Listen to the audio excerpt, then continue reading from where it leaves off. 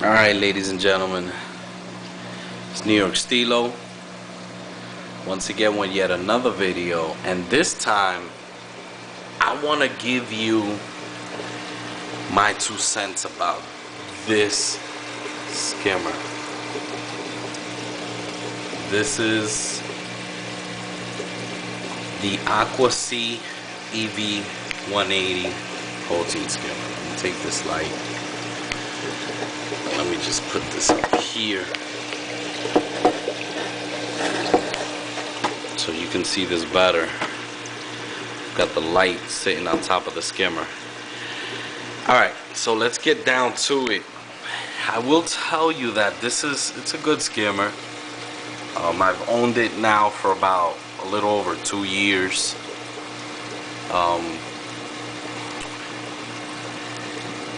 There's good things about it, and then there's bad things about it. So let me get to the good part first, and then I'm gonna tell you what I don't like about this skimmer. So basically, the way the skimmer operates is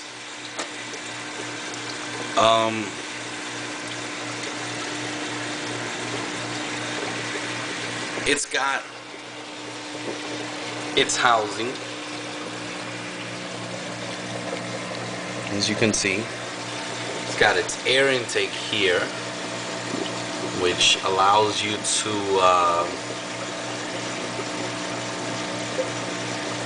raise or lower the amount of air that's actually coming into the skimmer, which affects basically how wet or dry you want your skim. I've got it relatively opened because I like kind of wet and dry skim. If I were to close the air valve a little bit more, it would probably look more darker. But of course, that's the air valve. This here is the intake of the skimmer,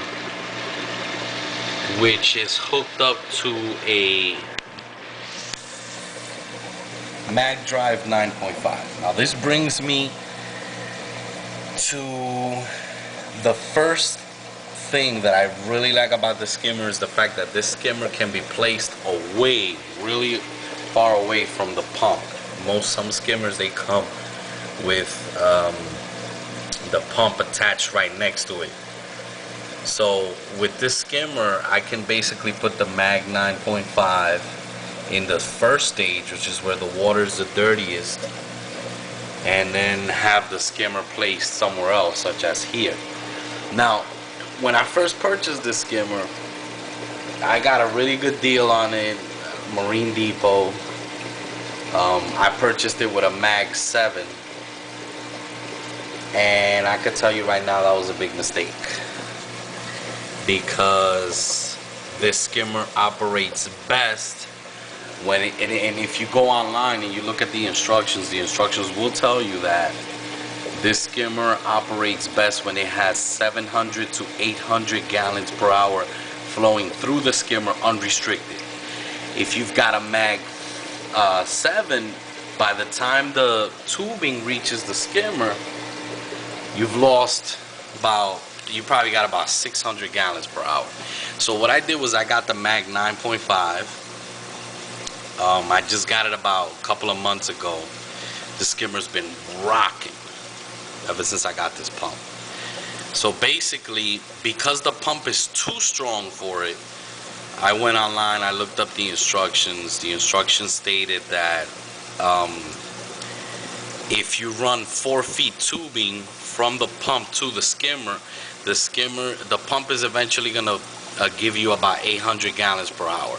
So that's the reason why I've got the Mag 9.5 on the first stage, and the black tubing is actually longer than I need it to be, which is about 4 feet. Comes all the way around, comes into the intake, this little thing here, and that would actually, because it's 4 feet, it'll give me the water level will actually be somewhere around here. So I just turn this knob here, raise the water level up to here.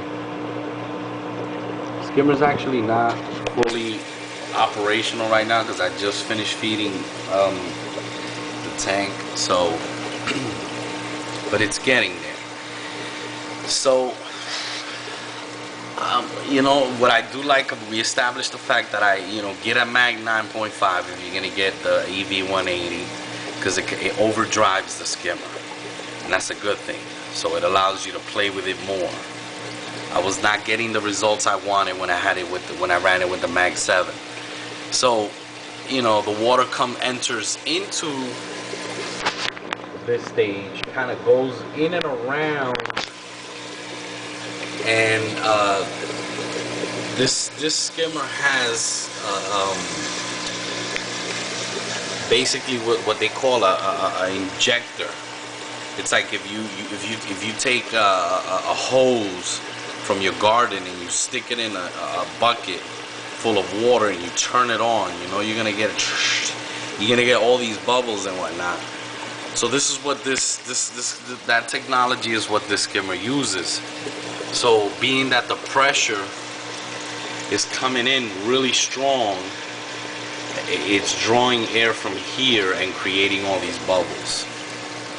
And then once it goes up the plate and comes out of here, I've got it designed this way because this skimmer was splashing all over the place. So I actually put Kato Morpha here so that it actually prevents the splashing.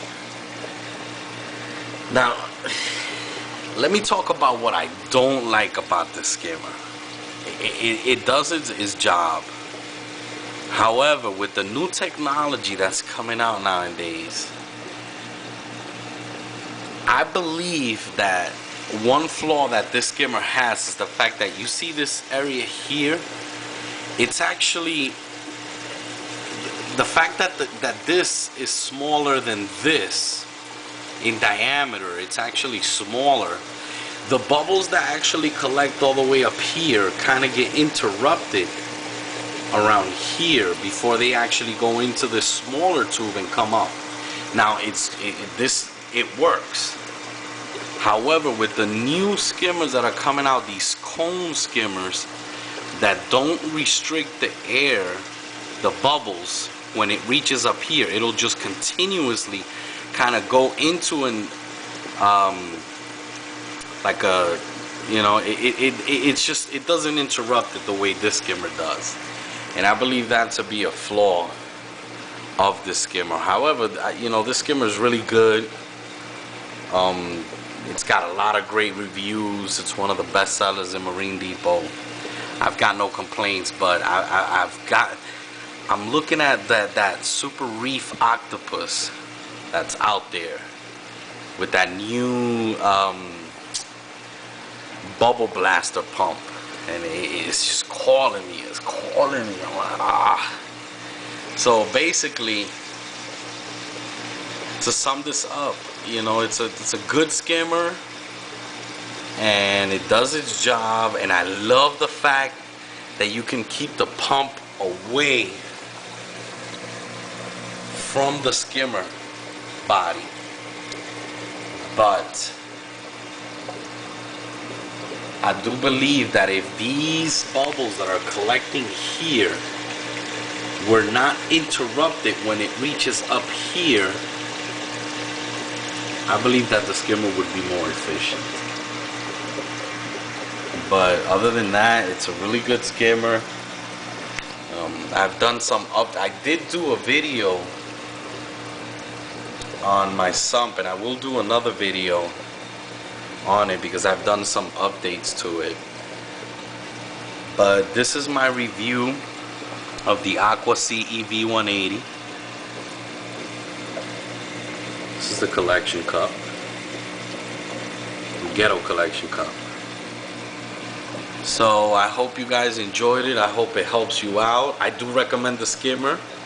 Don't shy away from it, because a good skimmer has been running my system now for 2 years, and I've got no complaints. I will be doing another video soon. It's gonna be on my Reef Keeper light system. But until then, thank you for watching. Any questions, comments, hit me up on YouTube. NewYorkSteelo, peace.